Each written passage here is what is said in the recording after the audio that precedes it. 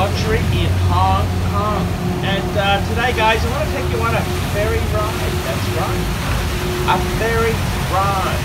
So I've basically gone to the wharfs at Kowloon. This is right near the Peninsula Hotel. It's, if you go along Nathan Road, this is the ferry terminal, so to speak. So I'm just going to take a short journey. I'm not going to go on a real cracker of a tour. I just want to show you a bit of the harbour here. So I'm going to go to the convention centre. That's right, the convention centre. So I got to tell you honestly, it's quite a great way to see Hong Kong is via the harbour. It's a great way to go. I would really stress that it's affordable, it's cheap, but it's a little bit gritty. It's a little bit gritty. See, the customer service isn't really that great there. When I went over to the other side there, I had one of the attendants on the boat, get off! Get off! Really rude, nasty Chinese fucker. And I didn't know, I mean, I'm a tourist, I didn't know. I thought I could take the boat back.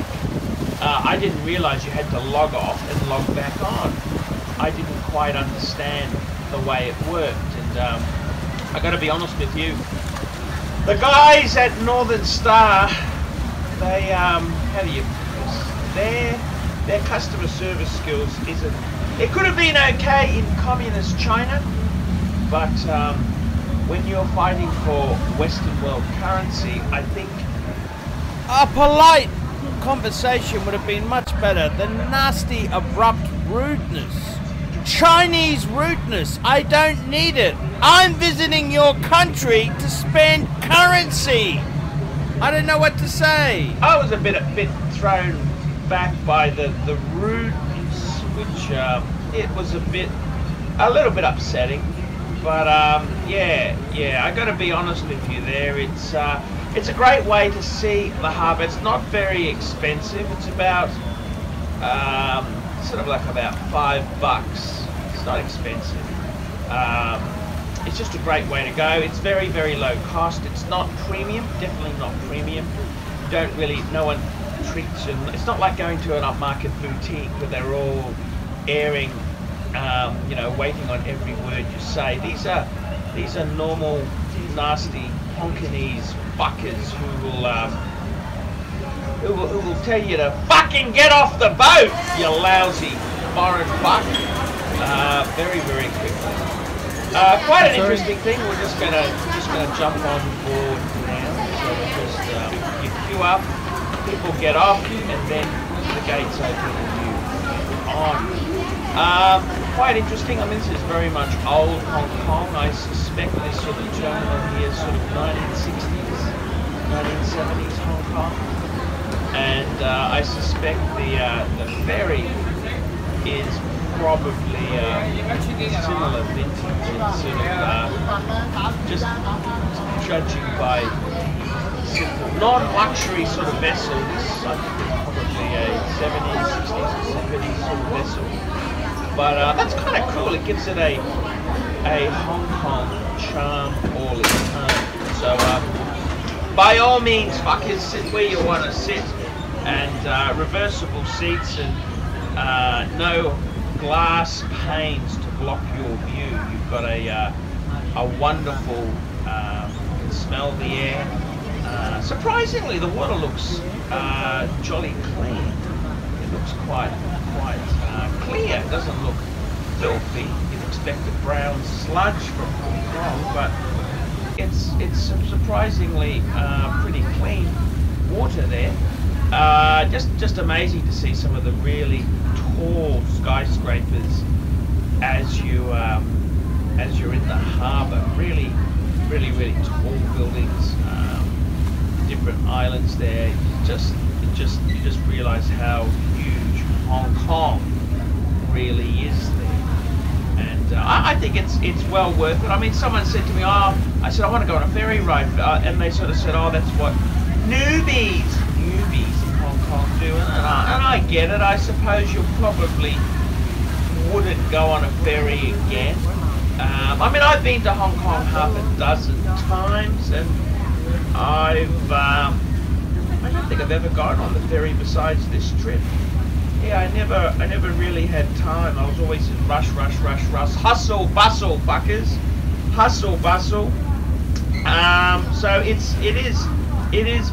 I think it's a great thing to do, just to get some bearings on Hong Kong and just have a look at the skyline and the buildings and everything that Hong Kong has to offer. I think it's well worth it. I definitely would do this again. It's I mean, it's just something cool to do. You jump on a ferry, you know. I must say, you know, there's many harbours, like Sydney Harbour. That's got a fantastic ferry service itself there. Hong Kong, you know, I think it's just a really cool way. It's not expensive to see some great sights, and I think it's well worth it. That's for sure. I really do think it is well worth it. I think it's a great way to see the city and have a bit of a sticky beak around there. But I suppose the thing is there, you could plan a bit of an adventure, go to one side, do a few things, then take the ferry back, or take a. There's got a fantastic underground train service, and there's certainly many ways to go around. This is the convention centre. This is the Hong Kong Convention Centre, and it's. I think this was a pretty good little trip. It's not a hugely long sort of trip, but it's great to see. I didn't really do much exploring. I just got off. This is where the guy told me to get the fuck off the ferry. I didn't know how the system worked. You got to understand. I'm a tourist, a newbie.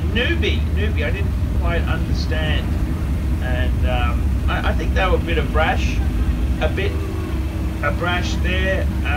They could have just kind of explained it nicely, but I suppose that's Hong Kong. That's communism for you. Nasty. Communism wasn't really renowned for customer service, and they kind of yeah. I mean, I don't know, a bit of workers' solidarity, but these fuckers here just rude and nasty sons of bitches. That's sort of all they really are there. So yeah, that's kind of how Hong Kong is there, and I think are fabulous. If you've got a bit of time to spare, I definitely recommend I love jumping on a ferry and just having a look where it goes and exploring. There's so many wonderful things there.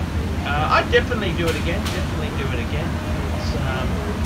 good to plan out different things there. There's different quite a number of different destinations, different islands you can go to. So I mean, you can use it as part of your travel way of doing things there. I think it's a good thing. Interesting, they had on the ferry, it said TripAdvisor, highly recommend. Well, I'll fucking put a few comments on TripAdvisor for these fuckers here. I think they need to be told a few home truths about their customer service skills. So so then I went on the Morning Star. It seems to be all named after stars. These vessels here, the Hong Kong harbour. So let's jump back on there. This is going on, and let's grab a seat and let's see what we'll have a bit of a look. So I'm gonna kill the commentary, and you guys settle down, take a seat, and let's have a look. Let's go and have a look on the harbour. Let's go and have a look and see what interesting sights we can see. This is Hong Kong, 2018. Quite a clear, smog-free day. It's always a bonus, always a big bonus. And we'll have a look at some of the wonderful Hongkonese sights. Hongkonese sights in Hong Kong. Let's get ready, guys.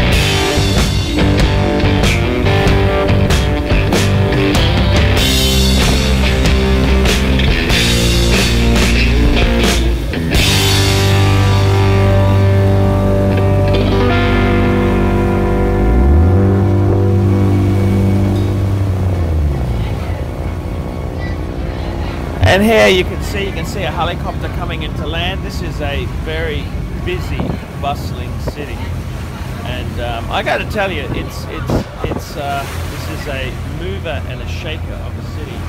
A lot of very, very wealthy people here.